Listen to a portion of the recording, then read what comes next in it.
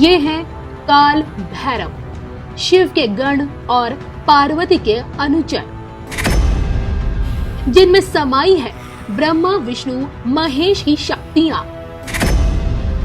अगर महाकाल कालों के काल हैं, तो समय के आदि देव हैं काल भैरव। काल भैरव में समाया महाकाल का भीष्म और रौद्र रूप। अगर करता है मृत्यु के भय का नाश, तो यहाँ प्रसाद रूपी चढ़ने वाली मदिरा करती है भक्तों के कष्टों का नाश।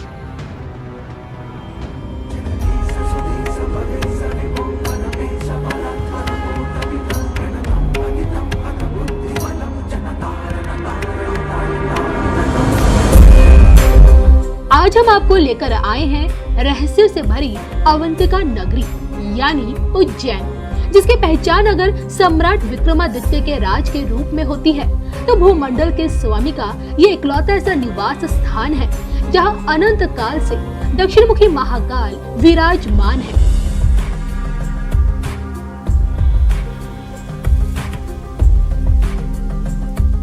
यहाँ की मिट्टी, यहाँ का पानी, यहाँ की आबो हवा अमृत के समान है, क्योंकि यहाँ बहने वाली मोक्षदायिनी शिप्रा नदी के तट पर महाकाल और उनके सबसे प्रिय गण काल भैरव मिलते हैं। तो चलिए धर्म ज्ञान के साथ काल भैरव की इस रहस्यमयी यात्रा पर। विष का प्याला पीकर महादेव ने देवताओं को बचाया था और आज उन्हीं के नेत्रों से प्रकट हुए काल भैरव मदिरा पीकर भक्तों की बुराइयों को निगल रहे हैं। है ना विचित्र बात, चमत्कार। नमस्कार, धर्म ज्ञान से मैं कविता राणा एक बार फिर काल भैरव के इस रहस्यमय यात्रा में आपका स्वागत करती हूँ। काल भैरव महादेव के अंश, उनके सबसे प्रिय गण। यूँ तो काल भैरव के अनेकों मंदिर भारत के इस पवित्र धरा में आपको मिल जाएंगे, लेकिन उनका सबसे निराला रूप मिलता है महाकाल यानी कि उज्जैन की नगरी में।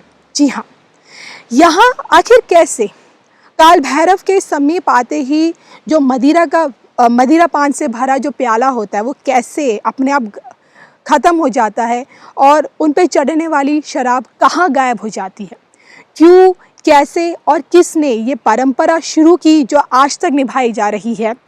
आइए इन्हीं सवालों को जानने के लिए हम चलते हैं काल भैरव की इस रहस्यमय यात्रा पर।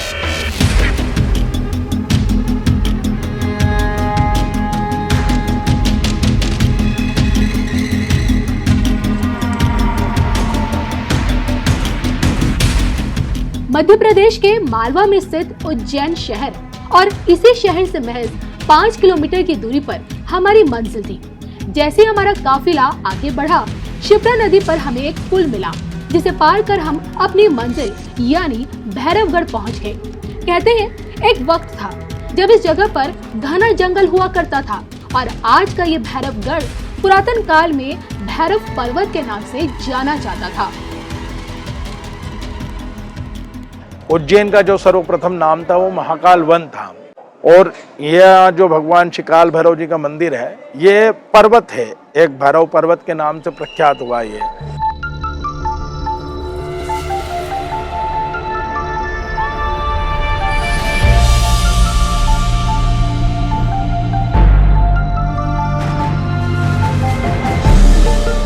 मंदिर की ओर जाते हमारे कदमों को ब्रेक कुछ क्षणों के लिए तब लगा जब हमें मंदिर के बाहर पूजा सामग्री की दुकानें दिखी।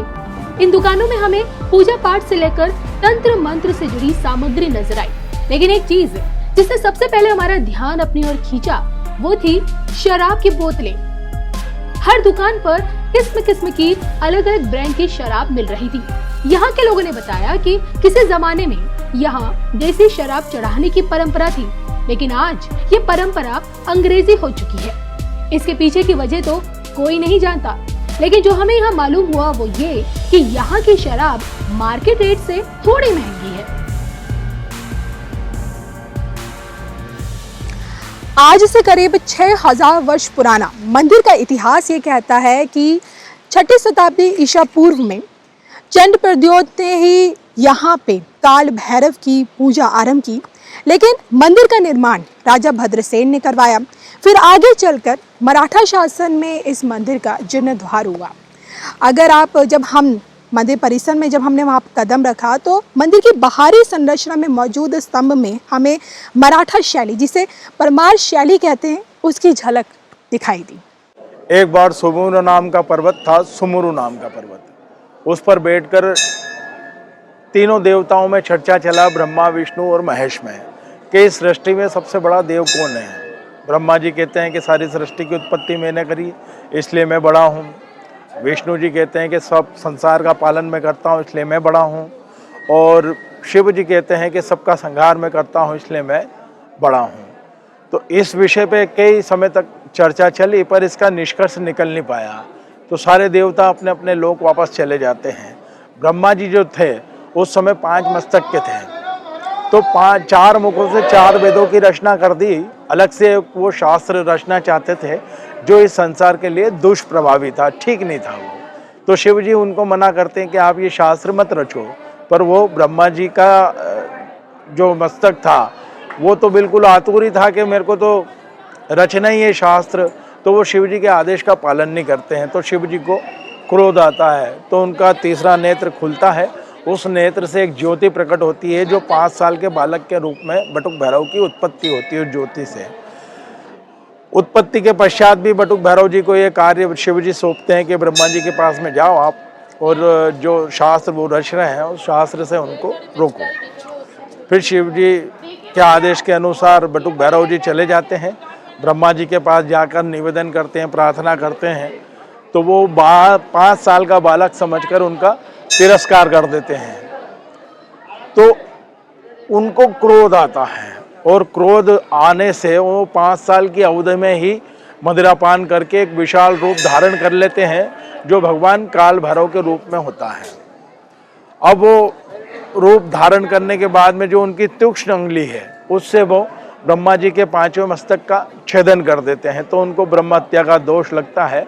उस दोष के निवारण के लिए वो संपूर्ण भारत में वायु मार्ग से घूमते हैं। तो पुष्कर आता है, तो पुष्कर में उनका जो मस्तक है ब्रह्मा जी का, वो वायु से छूटकर सीधा पृथ्वी पे गिरता है, और जिस स्थान पर गिरता है वहाँ पर वो ब्रह्मा जी के कपाल की क्रिया कर देते हैं। तो वो तीर्थ जो है ब्रह्म कपालिक तीर्थ के नाम से प्रख्यात होता है। ब्रह्मा के कपाल की क्रिया तो कर दी, पर दोष का निवारण नहीं हुआ। वो ब्रह्म हत्या फिर भी उनके पीछे चलती है। तो फिर वो शिव जी के पास जाते हैं और सारा कृत्य जो उनसे हुआ है वो सारा उनके सामने बखान करते हैं। फिर शिव जी उनको कहते हैं कि आप उज्जैन अवंतिका महाकाल वन, उज्जैन का जो सर्वप्रथम नाम था वो महाकाल वन था, यहाँ महाकाल वन में आते हैं, शिप्रा जी में स्नान करते हैं। और यह जो भगवान शिकाल भैरव जी का मंदिर है ये पर्वत है, एक भैरव पर्वत के नाम से प्रख्यात हुआ ये। तो यहाँ बैठकर भगवान शिव की आराधना करते हैं, तब उस ब्रह्म हत्या के दोष का यहाँ पर निवारण हुआ।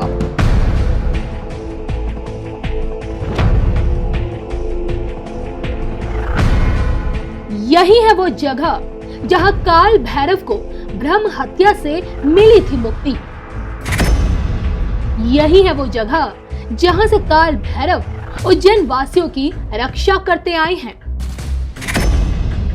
यही है वो जगह जहां से गायब हो जाती है प्रसाद में चढ़ने वाली शराब।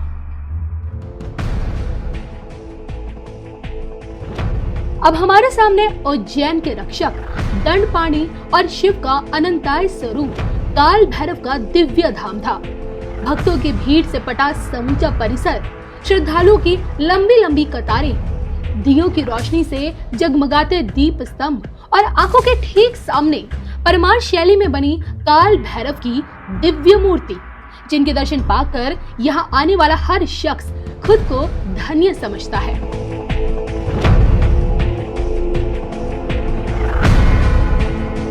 श्रद्धा, भक्ति और विश्वास के बीच मदिरा पान करते काल भैरव का यही चमत्कार आज पूरी दुनिया को अपनी ओर खींच रहा है।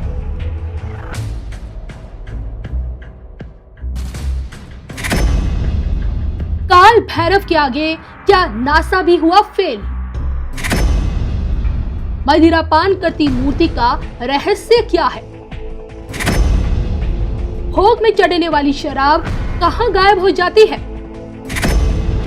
काल भैरव का धाम क्यों है तांत्रिकों का गढ़?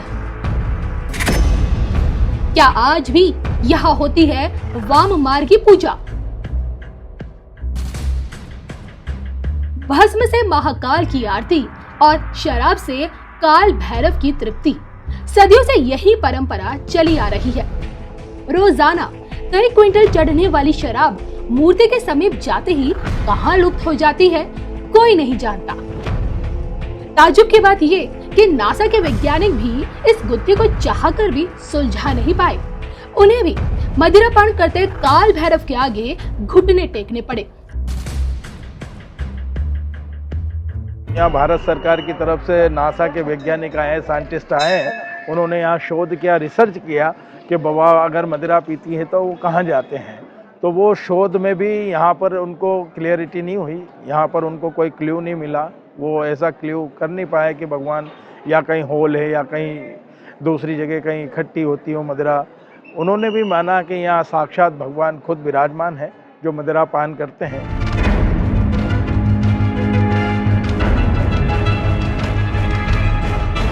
आज यहाँ आने वाला हर शख्स खुद को खुशकिस्मत समझता है, क्योंकि सालों पहले यहाँ सिर्फ तांत्रिक ही आया करते थे, वो अपनी तांत्रिक क्रिया किया करते थे। लेकिन समय के साथ साथ जब परंपराओं में बदलाव आया तो आम इंसानों को, आम श्रद्धालुओं को, आम भक्तों को यहाँ आने की इजाज़त मिली। और भैरव अष्टमी के मौके पर तो देखिए यहाँ पे 56 प्रकार की शराब चढ़ाई जाती है काल भैरव को, और 101 तरह के पकवानों का भोग उन्हें लगाया जाता है।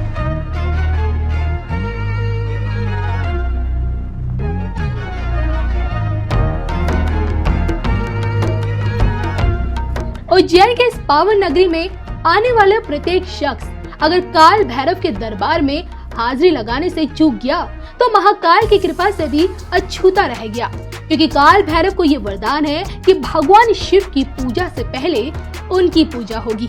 और इसी कारण हर रोज हर प्रहर यहाँ आने वाले प्रत्येक श्रद्धालु बस इसी इंतजार में होता है कि कब उसे काल भैरव के साक्षात दर्शन होंगे और मदिरा पान करते काल भैरव के चमत्कार का वो साक्षी बन पाएगा।